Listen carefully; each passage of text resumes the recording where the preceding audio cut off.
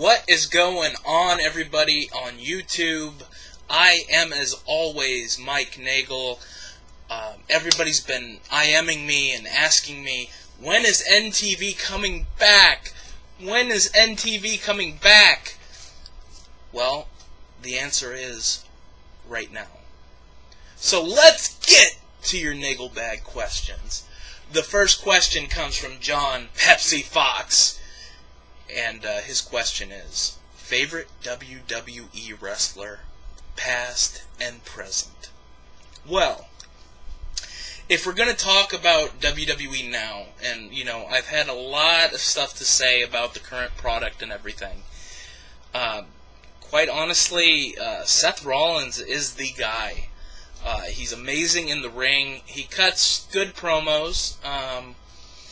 And I think he is the future of the company. And now, obviously, down the line, I mean, you got people like Kevin Owens, a.k.a. Kevin Steen, Samoa Joe, Sami Zayn, Neville. All these people are going to build a great future for the WWE. And if they're allowed to do half the stuff that they have in their arsenal, I think the future looks good. And, you know, obviously, Daniel Bryan is someone I like watching, but you know, with his injuries, it's not certain how much time he has left to perform in the ring, so can't really add him to the list as present because we've only seen him work a couple of matches since he got back from the original injury. As far as the past goes, you know, there's a few people on my list. Roddy Piper, definitely a Roddy Piper guy. Macho Man, Randy Savage, Ricky Steamboat, Bret Hart. You thought I was going to say Hulk Hogan. That's on the other show, Talk Wrestling. I was never really a big Hogan guy, but I loved Savage. So, as you know, I don't really like the Macho Mandow thing that's going on. I don't even like the Axelmania where he's dressing up as Hogan. I liked it better when he was just wearing the Axelmania shirt and doing his own thing. But I mean, WWE has to be hokey like that. So, thank you for the question, John Pepsi Fox. And for any of you wondering, you can send me questions on my Twitter, or you can PM me on Facebook. You know, just Mike Nagel. On Twitter, at Ultimo Nagel, and use the hashtag NTV, and I will definitely get to your questions in a future episode. The next question comes from Mr. Wade Needham. Wade wants to know how it feels to be back on No DQ. Well, I have a few feelings about that. Number one, you know, I said I was retired, but much like Ric Flair, I have to keep coming back. I need the limelight, but I mean, only time will tell. If I get as many thumbs down as Noah Donish does on his videos, I swear I'm just going to retire and leave forever. And I know some of you people would like that, but a lot more of you, I don't know, maybe you would. I don't know. But, you know, make sure to please thumbs up the video so I know that you like it. It's kind of weird because I was talking to Aaron the other night, and I think it's amazing with all the original content on his YouTube account now. You've got Talk Wrestling coming back with Jeff Meacham. You have Aaron's No DQ&A video. And, you know, I was really happy when Aaron started doing that because for a long time I tried to push him to get in front of the camera and he didn't want to do it. And, you know, without me, without Jeff there, you know, he manned up and he did his own thing, and look how many episodes he's got going. So, big ups to my friend Aaron. I've known him forever. He's my best friend, and I'm happy to be back as part of the team. And then you got Noah Donish with the scoop, or as I like to call it, the poop scoop. Just kidding, Noah. But, and then you got Wade Needham, you know, contributing to the No DQ YouTube account. And I was telling Aaron, I was like, it's like you have your own network of original programming, hint, hint. And for a nominal fee, I mean, Actually, it's free, but free rhymes with fee, so, well, you know what I'm doing. I just think it's amazing with all the original content. And, this is what I like, is, people contributing. Everybody has different points of view, but at the end of the day, as long as you get to express, your true opinions, that's all that matters. That makes it fun again. So, to answer Wade's question, it feels great to be back as a part of No DQ. And make sure you stay tuned, because a lot of exciting things are coming up. All right, the next question comes from Robert Duane. Almost messed that up.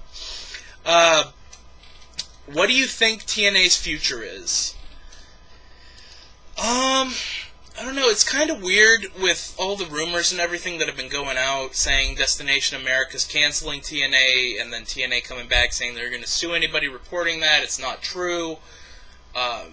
That just reeks of desperation to me, that somebody got a hold of the news, TNA wanted to wait, and it seems like it could hurt their future potential earning by going to another network if people report this, even if it is true.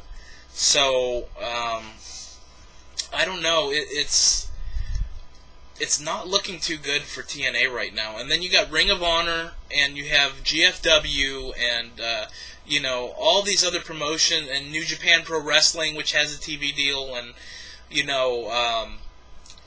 it just doesn't look good. Plus, TNA's programming, even with moving to Destination America, I caught the last about 5 or 6 episodes. It's really not interesting. In my opinion, and this is my opinion, so don't attack me, Gilberto, because I know you're a TNA soldier, baby. But, I just think the people they're choosing to push are terrible for the company. With the exception of Kurt Angle, I really don't like anybody in the main event picture right now. I think there's so much more that could be done with Bobby Roode and with Austin Aries and with James Storm, and I think some of these storylines are really hokey and they've been done over and over and over again. And if I was booking, I definitely would make use of the talent I had available, and it's just a sad situation. Hopefully, because I'm a wrestling fan at the end of the day, I hope they pull through, because competition creates success, because it makes you work harder, and they put on a better product for the fans. So we'll have to stay tuned and see what happens on that front. But the one other thing I wanted to touch on was that Destination America was not a great choice. You have Middle America pretty much watching that channel, and it's for like the bacon lovers and all that kind of stuff, where they just talk about food and destinations and stuff, and hence the name Destination America. But the demographic is all wrong for wrestling, and I just think maybe they should have taken a little bit of a pay cut to stay on Spike.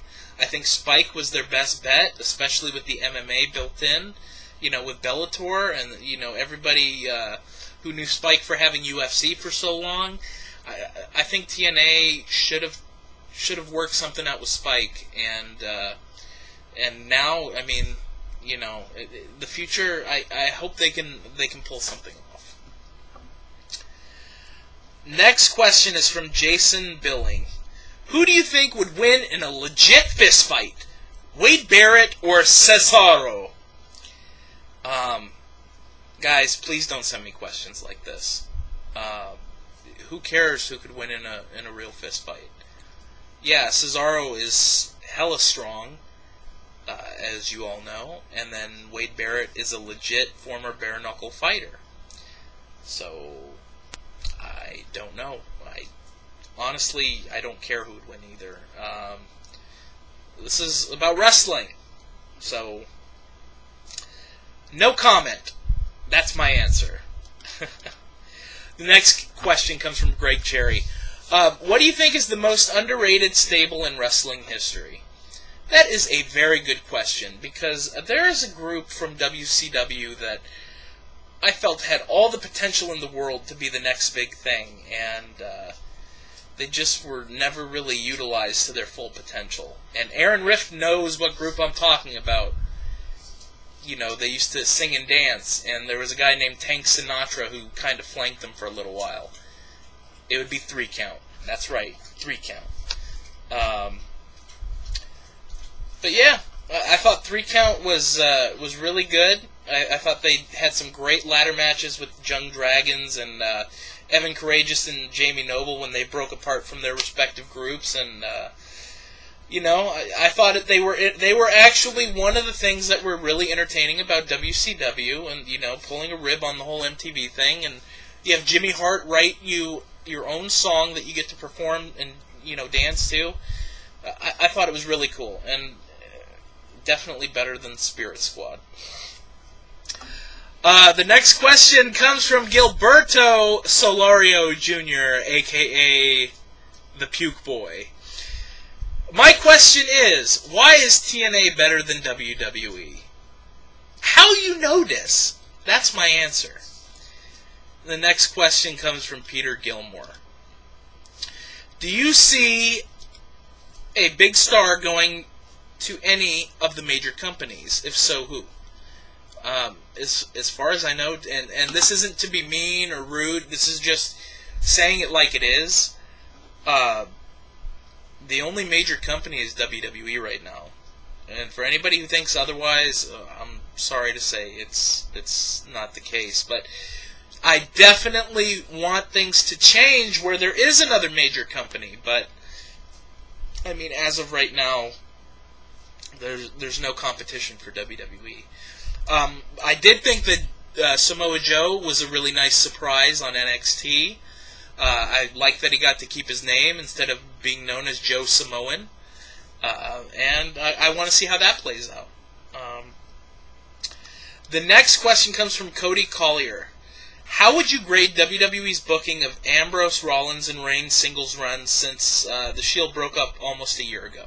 This is a great question. Thank you, Cody, for the question. First of all, I think Seth Rollins has been built as a really good heel champion. You know, although I would suggest that they have him tone down his in-ring high spots, because that's generally what a face would do. And, you know, I still think he's a great heel. The J&J security thing is funny with the bumbling idiots, and he's the hand-picked, you know, boy of Triple H, and, you know, I just think they get an A for Rollins' booking, especially the way he won the title at WrestleMania. It was great. As far as Ambrose, I'd give them maybe a B plus. It seems they're starting to pick up steam with him again. He kind of lost some of his momentum after the feud with Bray Wyatt, and it seems like they're picking it back up where he's in the main event picture again, and I really like that. So, like I said, I give him a B.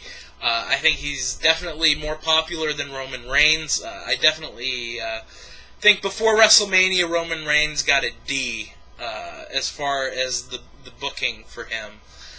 Because they didn't build him up to where, you know, the crowd could get behind him. They just were pulling the old John Cena thing where they were pushing him down everybody's throat. I think he gained a little bit more respect after WrestleMania, after the hard-hitting match with Lesnar, and definitely with the Big Show on the next pay-per-view. So, after those two things, I'd probably C+, especially after the match with Big Show and everything. So, definitely Rollins, the MVP of the group. And, like I said earlier, I look for big things to come from Rollins. He's definitely the future guy for the company.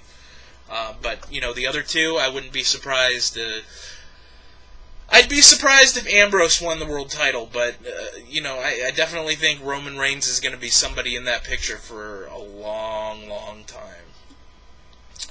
Walter Main asks, who do you see winning Money in the Bank this year? And who do you see battling Rollins for the WWE title? Or beating Rollins, excuse me. I don't know. Money in the Bank is kind of funny. You know, they half-push someone and have them win Money in the Bank and decide to go a totally different direction. Like with like with Damian Sandow when he won, or, you know, when Jack Swagger won, you know, they were going to push him, and, you know, he beat Jericho for the world title, and then it just fell flat. So, honestly, I don't know. I don't know who's going to win Money in the Bank, but maybe Neville. I could see him doing really well in one of those ladder matches. But I don't think they're going to push him that soon to do something like that. So, I mean, it's really hard to tell. Ask me again when we get closer to Money in the Bank. As far as beating Rollins for the title, I think they're going to go with Roman Reigns. I definitely think that's the way the company's going. Nate Menard wants to know, do you think Fandango could go far with the right gimmick? I think he has a great look, and he's a solid worker with a nice moveset. I believe people want to cheer him, but don't because the character is so goofy. I honestly don't know. They turned him back into the older Fandango character with the Fandangoing so people could get behind him. I don't know. I think he's a great in-ring performer. I definitely think he has a lot to offer. It's just one of those situations where it was right gimmick, wrong time, I think. But I definitely think they can do something for him. He's definitely talented, and, you know, I think the people do want to cheer him, but it's just so ridiculous. But only time will tell if WWE's creative can get it together. It seems like WWE really hasn't built too many stars on their own from start to finish in a very long time. So I'd be interested to see what's going to happen with a lot of these guys who aren't connecting with the audience, or whose gimmicks have run their course, and just see what happens. And once again, thank you, Nate Menard. Once again, everybody, that's going to do it for the Nagel Bag this week on NTV. If you have any questions you want me to answer, feel free to send them to Aaron Rift. You can go to my Twitter, @UltimoNagel. You can go to my Facebook, just look me up, Mike Nagel, and PM me. And also, you know, we're not just going to limit this to wrestling. As everybody knows, I'm a big fan of MMA, so if you have Bellator or, you know, UFC questions, please feel free to send them in. I will not ignore them because I actually watch. So, I hope you enjoyed this episode.